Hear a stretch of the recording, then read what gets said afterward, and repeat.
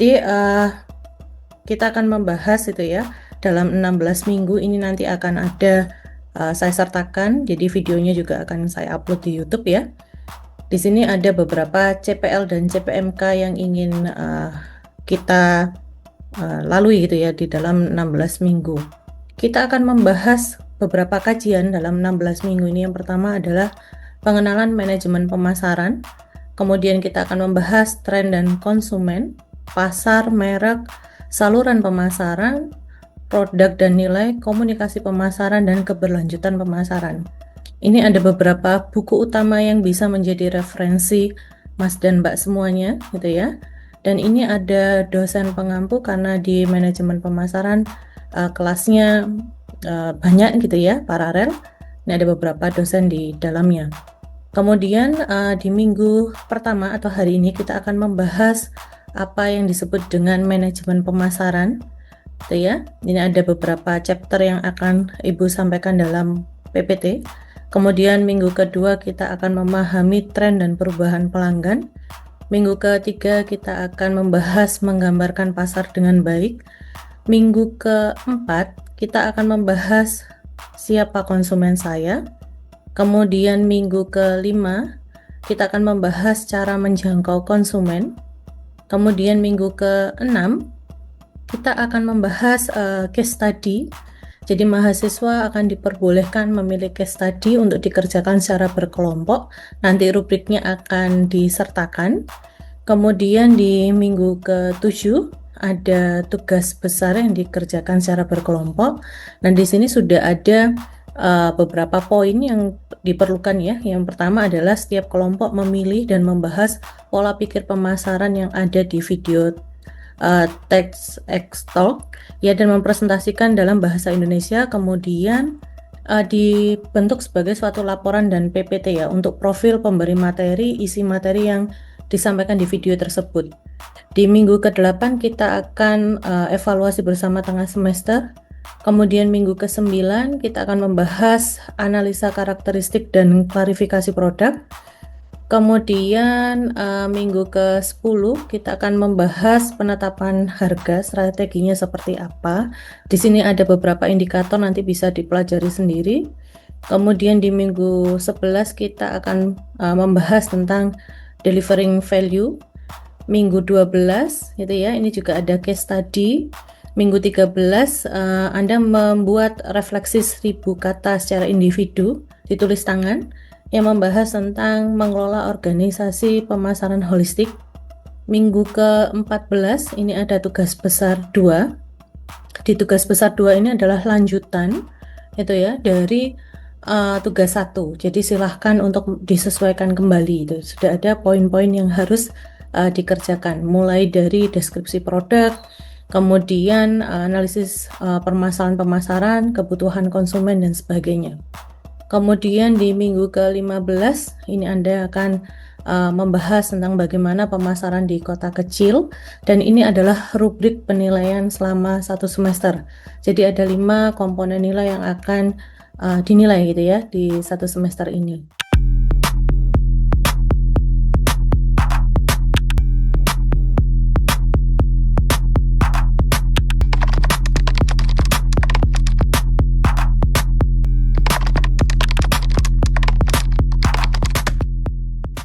Yang pertama, sebenarnya pemasaran itu apa gitu ya.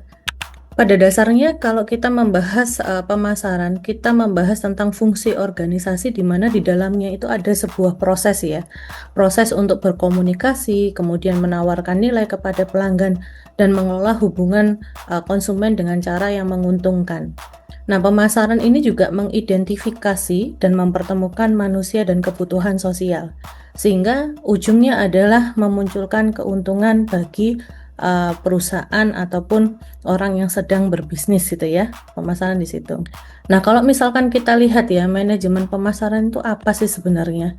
Kita bisa melihat bahwa manajemen pemasaran adalah seni dan ilmu untuk memilih pasar, sasaran, bagaimana cara mendapatkan konsumen, menjaga konsumen, dan juga menumbuhkan pelanggan melalui menciptakan, menyampaikan, dan mengkomunikasikan ekspektasi terbaik yang diinginkan oleh pelanggan. Jadi kalau kita buat sebagai bagan gitu ya, kita bisa melihat bahwa di sini marketing management is the art and science gitu ya. Kita bisa melihat poin tersebut. Kemudian kalau kita melihat sebenarnya pemasaran itu seperti apa, setidaknya itu ada dua pihak ya, di mana masing-masing itu memiliki sesuatu yang mungkin bernilai. Kalau zaman dulu itu ada barter gitu ya, kita tukar barang, kemudian di situ juga kita melakukan proses jual dan beli ya. Nah, ini adalah kita melihat value yang ditawarkan oleh masing-masing pihak, dan masing-masing pihak itu bebas untuk menolak tawaran pertukaran. Kemudian kalau kita lihat ya, sebenarnya pemasaran ini kan tempat bertemunya penjual dan pembeli untuk melakukan transaksi jual beli. Nah, saya pengen ada satu contoh gitu ya. Ini ada Mas Rizal ya. Oh iya Bu, suara saya. Cukup jelas, Mas Rizal, silakan. Oke, untuk barang-barang apa saja atau item-item shop apa saja yang sekiranya bisa dipasarkan atau di market itu, saya berikan contoh adalah orang itu sendiri. Jadi, saya mau memberikan contoh terkait dengan parfum ataupun produk fashion dari David Beckham. Jadi, yang dipasarkan bukan parfumnya tapi orangnya, gitu. Kehadiran ikon David Beckham sebagai role model dalam sepak bola atau dalam sport itu menjadi branding dari beberapa merek fashion. Jadi kita akhirnya sering melihat ada parfum David Beckham ataupun baju yang dengan merek David Beckham. Dan orang membeli karena pesonanya David Beckham. Kurang lebih gitu. Baik, contoh yang cukup baik ya, teman-teman. Kemudian saya akan membahas ya terkait dengan slide selanjutnya. Kalau kita melihat nilai yang ditawarkan di marketing, seringkali kita melihat banyak iklan gitu ya yang di pinggir jalan. Nah, sebenarnya ini adalah kemampuan pemasaran untuk apa sih gitu ya. Pertama, menciptakan permintaan ya. Jadi kalau kita melihat, mungkin kalau dilihat Indosat ini kan dulu zamannya 0,1 sekian detik gitu ya biayanya. Kemudian ada mungkin pesaingnya ya, ada XL, ada Simpati yang seperti itu. Nah, ketika semua iklan ini berjejer, kalau kita melihat dari segi sebagai konsumen ya, apa yang bisa dikomentari dari sini? Kadang bingung ya, konsumen itu bingung. Terlalu banyak iklan juga bisa menciptakan kebingungan terhadap dari sisi konsumen. Nah, maka apa yang harus dilakukan sebagai seorang marketer? Yang pertama adalah kita harus bisa menyampaikan nilai yang seperti apa sih yang ingin kita tawarkan kepada konsumen. Ketika perusahaan itu mendapatkan beberapa permintaan dari pasar, ya tentunya akan dapat menciptakan lapangan kerja gitu ya, dan sumber daya yang sangat baik gitu ya. Artinya ketika lapangan kerja itu terbentuk, maka ada sumber daya yang terlibat di dalam suatu perusahaan, sehingga merek gitu ya atau brand yang kuat dan pelanggan itu bisa setia terhadap produknya, karena semakin sering suatu iklan itu ditampilkan kepada konsumen, maka konsumen itu akan melekat, sama dengan ketika halnya Anda mendengar daring dari Aqua gitu ya. Begitu bunyinya seperti itu pasti langsung tahu bahwa itu adalah brand Aqua. Nah, ini adalah suatu contoh membangun merek yang cukup kuat di pelanggan. Kemudian kalau kita membahas tentang marketing decision making ya, bahwa pemasar itu sebenarnya membantu perusahaan untuk membuat keputusan bisnis yang cukup besar. Contohnya apa saja? Misalkan terkait dengan fiturnya, harganya, dan pasar targetnya. Tentu kita tahu ya bahwa ketika targetnya itu di ibu-ibu muda gitu ya. Ibu-ibu muda berarti anaknya itu masih 1 atau 2. Berarti kita harus menawarkan fitur yang ramah dengan anak gitu ya. Kemudian beberapa misalkan produk-produk yang berhubungan dengan bayi gitu ya atau balita. Berarti harganya harus yang bisa dijangkau gitu ya, fiturnya banyak, bisa menyesuaikan dengan kebutuhan ibu muda. Kemudian kita juga perlu memikirkan anggaran periklanan dan penjualannya, karena jangan sampai ketika kita melakukan penjualan iklannya cukup besar tapi tidak ada daya beli di masyarakat. Nah, kita juga perlu memikirkan adanya kebijakan online dan juga pemasaran digital di dalamnya, karena sekarang ketika ada pemasaran digital tentunya sangat mempermudah konsumen dalam melihat review ya dari suatu produk yang ditawarkan. Yang terakhir adalah kebijakan di tengah besarnya perubahan situasi pasar. Nah, ini berhubungan dengan politik ya, kita tidak bisa memungkiri. Oke, kalau kita lihat ya, sebenarnya siapa sih pemasar itu ya? Pemasar adalah seseorang yang mencari tanggapan, perhatian, pemberian suara dan sumbangan itu ya kepada pihak lain atau yang disebut prospek. Jadi ada yang mau berpendapat mungkin di sini, ada yang mau memberikan contohnya, silakan. Mungkin bisa resen, Mas Rizal mungkin mau nyoba lagi? Boleh mencoba Ibu? Ya, silakan Mas. Oke, kita mencoba sedikit Ibu terkait dengan prospek ini ya. Jadi yang saya pahami adalah prospek itu punya respon yang macam-macam ke pemasar, bisa berupa attention, bisa berupa pembelian, bisa berupa vote juga. Kurang lebih itu.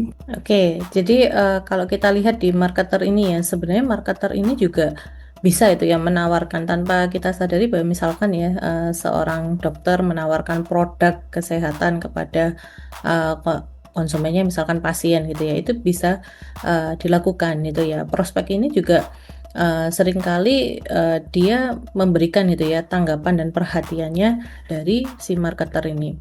Contohnya cukup baik ya.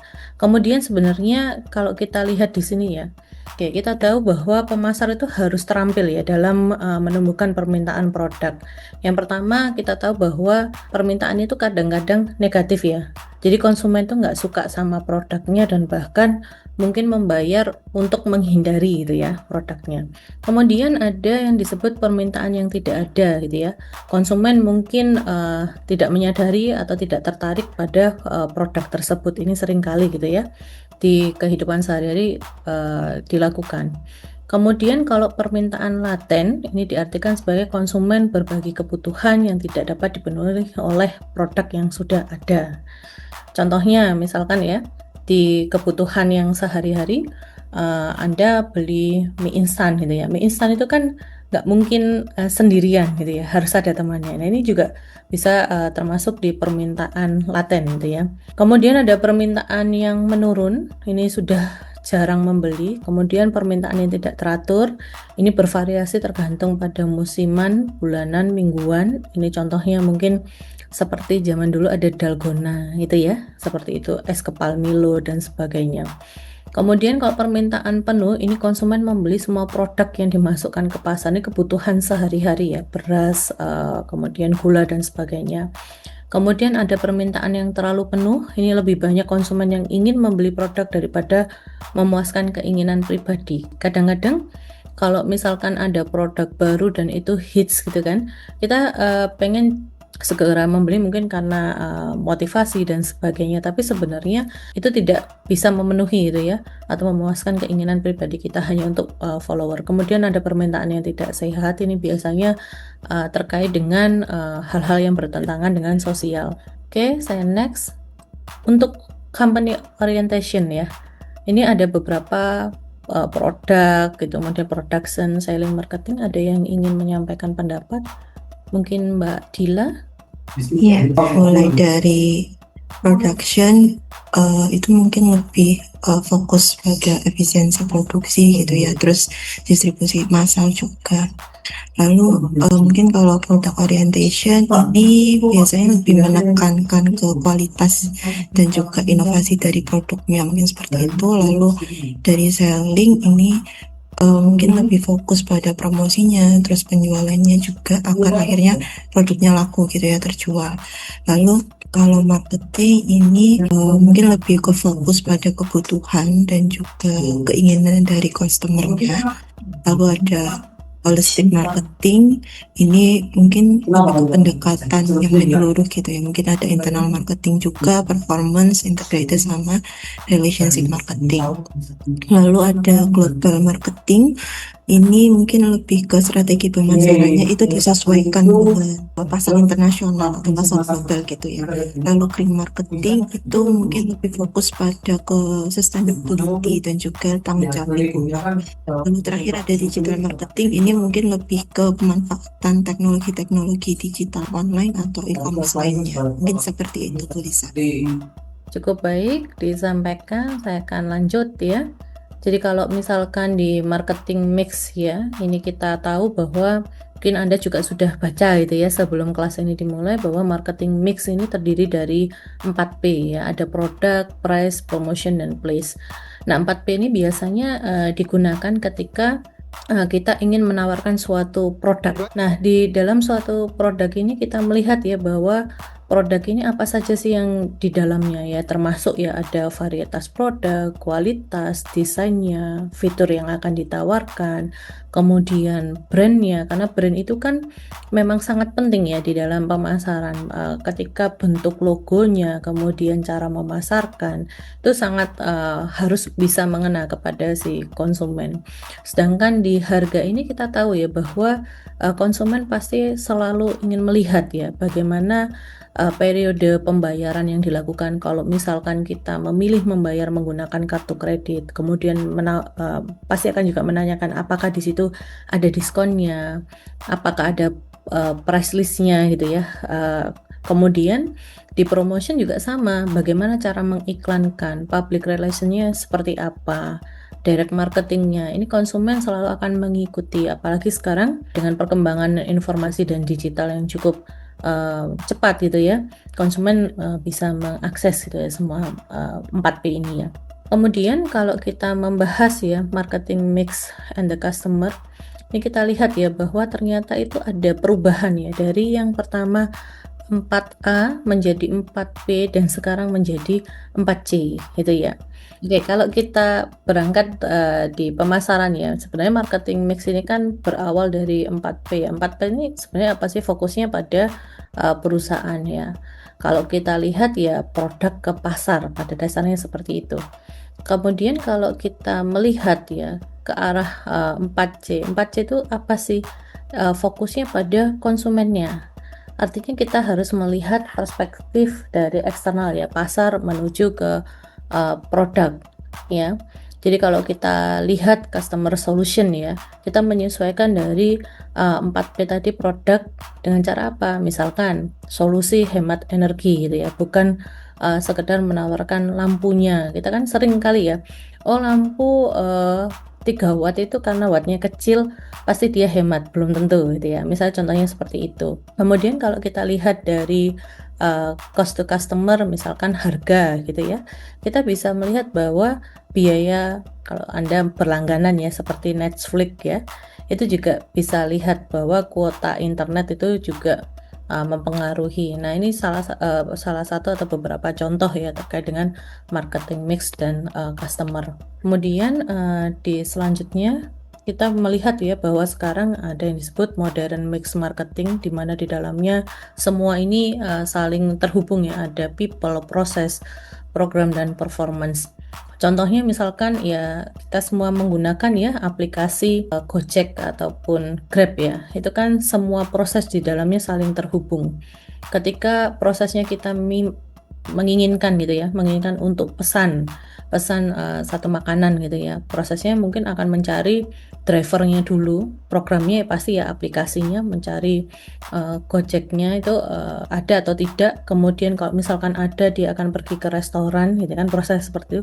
Restoran juga akan mengolah makanannya, kemudian ketika sampai kepada Anda, nanti Anda akan bisa memberikan rating gitu ya, atau performance dari restoran ataupun Grabnya, itu sebagai contohnya. Nah, kemudian di marketing kita juga dibahas gitu ya terkait dengan beberapa hal ini. Seperti yang saya sampaikan, ada yang mau membahas gitu ya terkait dengan bagaimana keinginan itu ya, kebutuhan dan permintaan di pasar itu seperti apa. Ada yang mau mengulas gitu ya atau merangkum, karena sebelum kelas dimulai kan Anda diminta untuk bisa menjelaskan gitu ya ketika ada tanya jawab. Ada yang mau mencoba barangkali? Mas Aki? Oh iya Bu, ya bisa. Ya. Perkenalkan, nama saya Lazuardi. Kalau menurut saya lebih membahas ke hal-hal yang perlu diperhatikan daripada seorang marketer, mungkin seperti itu ya. Ya seperti yang tadi Bu sampaikan tentang needs, wants, and demands, karena mungkin skopnya cukup banyak, dimana saya sendiri ketika belajar juga agak sedikit kaget gitu Bu, karena ternyata marketer itu yang perlu ditekuni itu banyak. Karena saya kira selama ini marketer itu karena mungkin di lapangannya itu ya tentang sales dan marketing gitu aja, tapi ternyata juga decision making. Tapi kalau dari contoh yang saya baca tadi mungkin di marketing channel sih Bu, karena ini ada cukup banyak ya. Kalau saya baca sedikit tadi di marketing channel itu yang saya pahami seorang marketer itu juga harus bisa mendesain gitu dan merencanakan kanal-kanal marketing apa yang cocok dengan produk atau jasa yang mau dijual. Misalkan apakah nanti langsung retail atau apakah pakai distributor atau pakai reseller atau barangkali direct atau langsung ke end customer, ya maksud saya B2C atau B2B dan seperti itu juga ternyata adalah hal-hal yang tidak hanya perlu dipertimbangkan tapi juga didesain dan juga dilaksanakan oleh seorang marketer gitu di titik strategisnya. Dan ternyata ada yang lain juga seperti analisa kompetitor di competition ini dan juga gimana caranya marketer ini, contohnya di value and satisfaction tuh yang tadi menjual produk ini dengan menjelaskan value-nya apa yang bisa ditawarkan, dan juga di sini ada satisfaction. Sepemahaman saya Bu, ini gimana caranya marketer itu juga bisa dapat feedback sehingga nanti barangkali bisa menjadi masukan untuk perusahaannya, misal di bagian product designer. Karena misalkan dari pelanggan ada ketidakpuasan dari sisi desain, maka kita harus marketer itu yang menjembatani dari produk designer dan juga kebutuhan pelanggan gitu ya. Jadi core konsepnya cukup banyak sih Bu. Tapi itu yang beberapa contoh yang dari pemahaman saya yang tadi saya baca itu seperti itu Bu Lisa. Terima kasih. Terima kasih Mas Zaki. Jadi kalau kita lihat core konsepnya, misalkan saya contohkan di sini Happy Fresh ya. Happy Fresh ini kan sebenarnya ketika konsumen itu yang membutuhkan barang, dia tinggal calling gitu ya, atau WhatsApp nomor dari Happy Fresh tersebut, kemudian semua kebutuhannya itu bisa sampai secara langsung di tempat gitu ya. Nah, pada dasarnya Happy Fresh ini mengusung beberapa konsep yang ada di sebelah kiri ya, bisa dilihat ya core konsepnya. Karena kita tahu bahwa di Happy Fresh ini dia pasti akan ada supply chain-nya dengan distributor dan sebagainya. Nah, kompetitornya juga banyak ya. Kompetitornya misalkan dengan Indomaret, Alfamart dan sebagainya. Tapi Happy Fresh ini yang ditawarkan adalah produknya itu segar gitu ya. Begitu sampai itu bisa langsung dinikmati dan sebagainya. Nah, ini cukup bagus ya core konsep bisnis dari Happy Fresh ini. Nanti Anda mungkin bisa secara mandiri melihat itu ya bagaimana core bisnis dari Happy Fresh itu contohnya. Kemudian kalau kita membahas tentang marketing management task gitu ya, ada beberapa di sini. Yang pertama adalah kita mendevelop marketing strategi gitu ya. Kita mengcapture bagaimana insight dari pemasaran yang ada. Kita juga harus bisa terkoneksi dengan cukup baik ya, menjalin hubungan dengan baik kepada customer kita. Kemudian kita juga harus bisa membangun brand yang cukup kuat gitu ya, karena kita dituntut gitu ya sebagai seorang pemasar mampu mendeliver value yang ditawarkan dari suatu produk atau jasa. Kita juga bisa mengkomunikasikan nilai yang ditawarkan, dan kita diharapkan bisa menjaga gitu ya hubungan baik di masa depan dengan konsumen kita. Nah, kalau kita lihat di sini ya, ini kan sekarang semua juga merasakan ya bahwa adanya internet dan perubahan yang terjadi di dunia itu juga merubah pandangan bisnis ya. Salah satunya orang kalau misalkan dulu gitu ya ingin membeli suatu produk, pasti ada yang memilih saya akan beli produk yang eksklusif gitu ya. Nah, sebenarnya sekarang ini sudah mulai berubah gitu ya. Produk yang eksklusif sekarang menjadi inklusif. Orang sudah bisa membeli produk mungkin dengan harga yang cukup terjangkau dengan kualitas yang baik gitu ya. Kemudian permintaan yang dulunya vertikal itu sekarang menjadi horizontal, dan orang yang dulu mungkin belanjanya sifatnya individual itu ini menjadi sosial dengan cara apa? Dia membuka beberapa media sosial gitu ya. Dia bisa melihat berbagai info di e-commerce dan sebagainya. Oke, dan di sini kita harus pahami ya bahwa di dalam pemasaran, ketika kita connect dengan customer, kita tidak bisa ya, oh ternyata online, berbelanja secara online dan berbelanja secara offline itu bagus yang online. Nah, tidak seperti itu juga gitu ya. Paradoks itu tidak membahas tentang benar dan salah, karena di sini pilihan gitu ya, pilihan dari konsumen dalam memilih suatu produk. Ada konsumen yang lebih suka memilih online karena dia hanya cukup melihat, kemudian melihat size-nya, membeli dan barangnya sampai di rumah, kalau tidak cocok tinggal retur. Tapi ada konsumen yang saya suka membeli offline, kan di offline saya bisa memegang gitu ya, saya bisa merasakan, melihat secara langsung bentuknya ketika saya pakai cocok atau tidak. Nah, baik yang mana? Nah, ini balik lagi kepada konsumen gitu ya. Kemudian ada konsumen yang sudah mendapatkan informasi terlebih dahulu ketika membeli suatu produk. Ada yang konsumen terganggu gitu ya ketika membeli produknya. Artinya apa kalau terganggu membeli produk? Distracted customer itu. Misalkan ya, di counter misalkan Samsung atau Apple, ketika datang dia hanya pengen membeli HP gitu dengan budget tertentu tanpa melihat spesifikasinya. Datanglah salesnya menawarkan gitu ya, oh lebih bagus spek yang ini dan sebagainya, sehingga bergeser. Awalnya mungkin hanya membeli dengan budget yang sudah ditentukan, dia berpikir bahwa saya masih bisa membeli dengan tambahan, dan bergeserlah itu ya, membeli dengan yang ditawarkan oleh sales tadi. Sedangkan customer yang sudah mendapatkan informasi, dia akan tetap membeli dengan produk yang sudah dipilih dari awal. Contohnya seperti itu. Nah, kemudian kalau positif advocate itu sebenarnya dia sangat membela, jadi advocate itu membela suatu produknya. Ada yang orang membela produk secara positif dan konsumen yang membela produk secara negatif gitu ya. Nah, paradoks ini kita tidak bisa membuat konsumen condong ke salah satu, karena ketiga-tiganya ini sangat berhubungan erat gitu ya dengan konsumen. Baik, saya rasa itu yang bisa saya sampaikan untuk materi di minggu pertama. Nanti rekamannya akan saya upload di YouTube, termasuk RPS dan juga PPT-nya bisa diakses. Baik, saya rasa cukup bisa saya akhiri. Terima kasih banyak. Semoga ilmunya bermanfaat. Selamat pagi. Assalamualaikum warahmatullahi wabarakatuh.